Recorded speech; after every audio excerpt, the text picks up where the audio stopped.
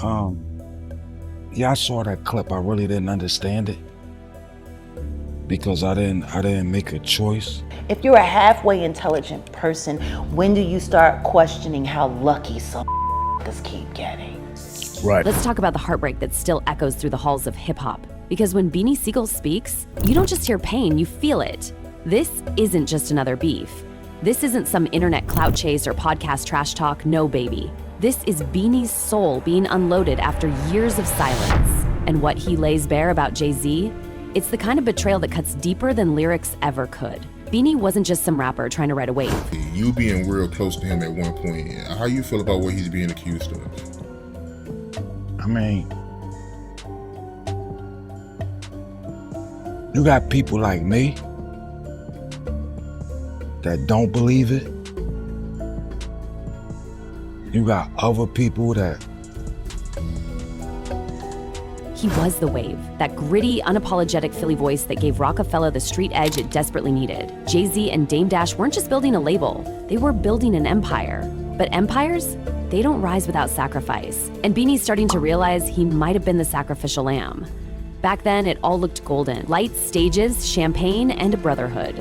At least, that's what Beanie thought it was. He wasn't asking for the spotlight, he was out there earning it, sleeping on couches between Philly and New York, grinding harder than anyone else on the team. He poured every ounce of himself into Rockefeller, believing he was helping build a dynasty, not just Jay's brand.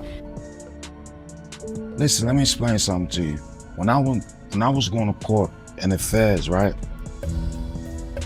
Yeah, I mean, and I'm quite sure Jay feeling this way too. And people should understand that and look at it. We have the right to face our accuser. But behind the scenes, the cracks were already forming. Every time Beanie had a project set to drop, guess what happened? Jay magically released an album right before or right after. And back in the day when people were walking into record stores with just one $20 bill, you could only walk out with one CD, Beanie or Hov. And let's be honest, most people chose the king. Was it bad timing? Coincidence? Nah, Beanie doesn't think so. This was chess, not checkers. He talks about that. Nobody talks about this shit.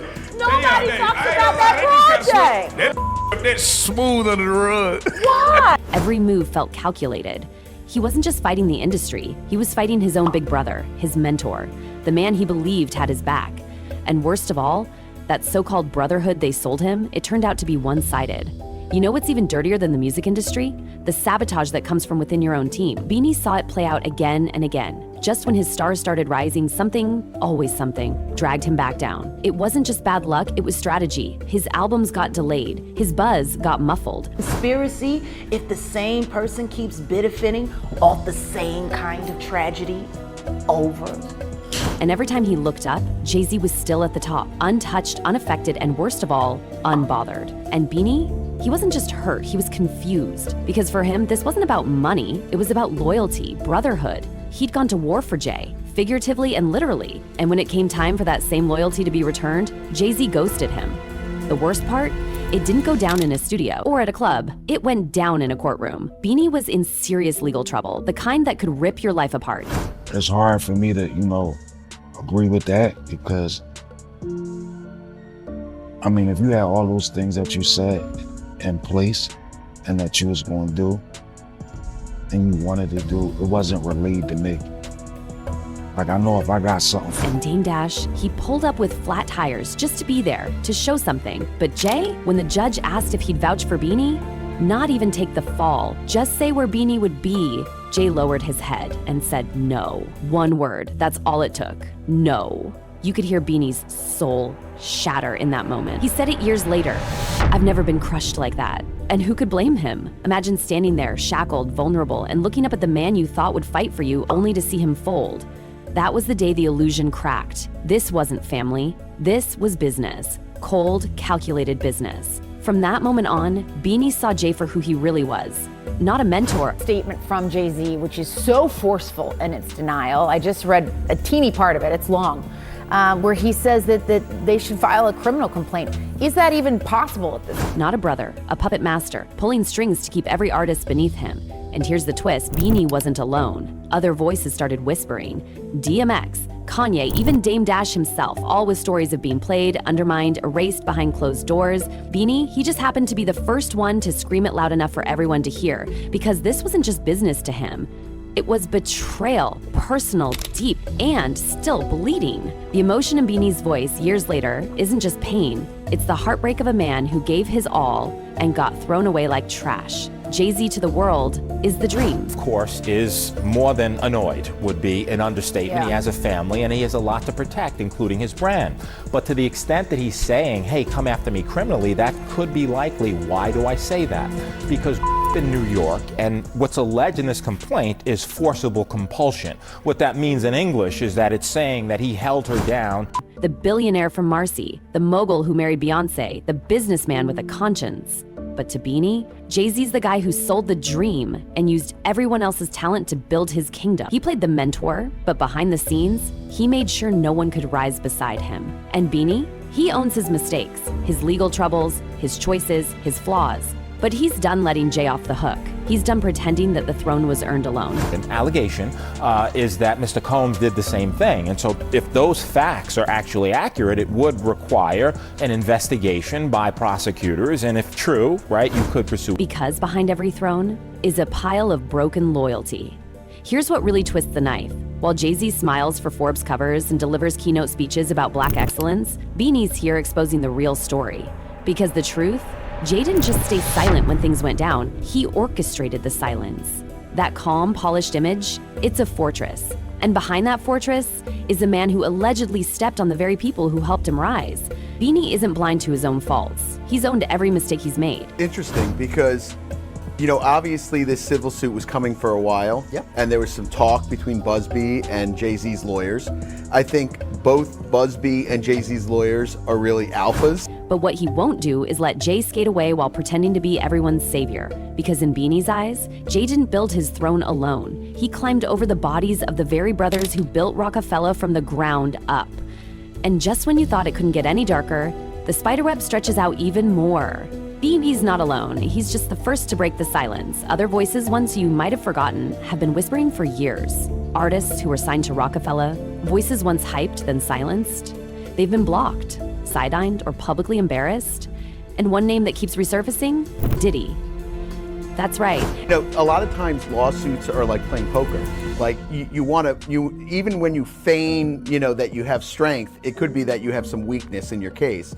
So Busby's never going to say that he doesn't have the evidence. I mean, Busby's always going to say he's got the evidence. He's always going to say, oh, we're going to look at multiple other people. We're going to do all this because he wants to put that fear into that individual. Because while Jay-Z and Diddy posed for the cameras and toast champagne at galas behind the velvet rope, it's been war. Quiet, calculated, ruthless.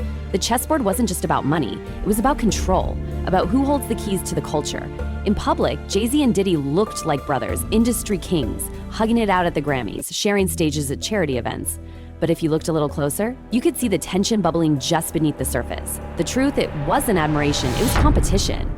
A cold, quiet rivalry where each move was meant to outshine the other. And when Diddy started slipping, when his empire started crumbling under legal fire, Jay didn't lift a finger. He didn't just back away, he cut the cord. No loyalty, no solidarity, just legal teams stepping in with one icy message. Mr. Carter has nothing to do with Mr. Combs' case. Let's pause right there. This wasn't just two businessmen going separate ways. This was surgical. Diddy was being investigated, facing federal level heat. And just when he needed backup, his so-called brother iced him out like they never shared a stage. And that's when people started really asking, has Jay-Z always been this cold? That we want to bring to you. It was being reported by TMZ and now Fox News. We are learning that Jay-Z is accused of a 13-year-old girl. That is new in the Diddy lawsuit. Because if he could ghost Diddy after decades of brotherhood, what chance did Beanie ever have? Insiders say it's been bubbling for years. Diddy's boldness, his wild lifestyle, his chaotic energy. It clashed with Jay's clean-cut, image-obsessed business approach. So when the headlines got ugly, Jay didn't see a friend in need, he saw liability. And in typical Jay-Z fashion, he cut ties. Strategically. Because what better way to protect your throne than to pretend you never shared it? The irony? As Diddy's castle falls brick by brick, allegation after allegation, Jay's stock keeps rising. That's not coincidence, that's timing. And according to Beanie, That's Jay's specialty. But let's talk about those allegations, because the stuff Diddy's been hit with, it's not just legal, it's damning.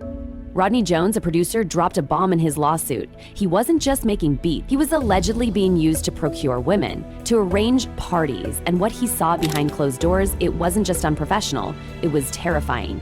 He claims he was berated, coerced, threatened, and he wasn't alone. This morning, rap mogul Jay-Z is denying allegations he assaulted a 13-year-old girl alongside rapper Sean Diddy Combs. That civil lawsuit filed against Combs in October was amended Sunday to include Jay-Z. The accuser, identified only as Jane Doe, says she was assaulted. There was a system, a chilling, calculated structure of silence and surveillance, phones monitored, staff snitching back to Diddy. Loyalty wasn't a virtue, it was mandatory, and those who broke it, careers ended, reputations destroyed, and then came the Jane Doe case. This wasn't just tabloid fodder, it was a horror story. A woman who thought she was heading to New York for a once-in-a-lifetime career opportunity. Instead, she walked into a nightmare. She claimed she was manipulated, controlled, pressured into situations that blurred every line between business and abuse. Her words paint a picture of a man, not just Diddy, surrounded by people whose only job was to protect him, to make sure the truth never got out. Even worse, Jones says there was a surveillance culture. Staff were allegedly told to watch, report everything. The walls didn't just have ears, they had eyes. Blistering statement. Jay-Z accuses Jane Doe's attorney of trying to blackmail him. He said further, quote, "These allegations are so heinous in nature that I implore you to file a criminal complaint, not a civil one.